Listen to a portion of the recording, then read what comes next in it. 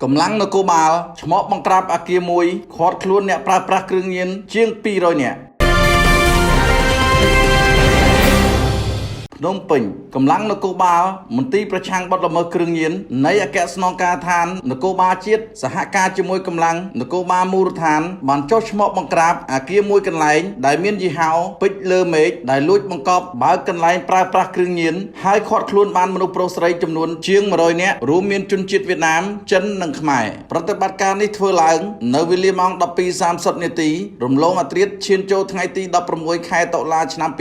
2025 នៅកោះពេជ្រស្ថិតតាមបណ្ដោយផ្លូវសបិទ្ធសង្កាត់ទន្លេបាសាក់ខណ្ឌចំការមូនប្រតិបត្តិការនេះធ្វើឡើងក្រោមការដឹកនាំផ្ទាល់ពីលោកឧត្តមសេនីយ៍ឯកខេងសារ៉ាត់ប្រធានមន្ត្រីប្រឆាំងបទល្មើសគ្រឿងញៀនដោយមានការបញ្ជាផ្ទាល់ពីនាយឧត្តមសេនីយ៍ត្រីសថេតអគ្គស្នងការនគរបាលជាតិព្រមទាំងមានការសម្របសម្រួលពីតំណាងអัยការសាលាដំបងរាជធានីភ្នំពេញជនសង្ស័យនឹងវត្ថុតាងត្រូវបានបញ្ជូនទៅកាន់មន្ទីរបទល្មើសប្រឆាំងគ្រឿងញៀនដើម្បីសាកសួរនាំបន្ត កុំជឿកុំជក់កុំជួញគ្រឿងញៀនបំណងល្អពី Right to You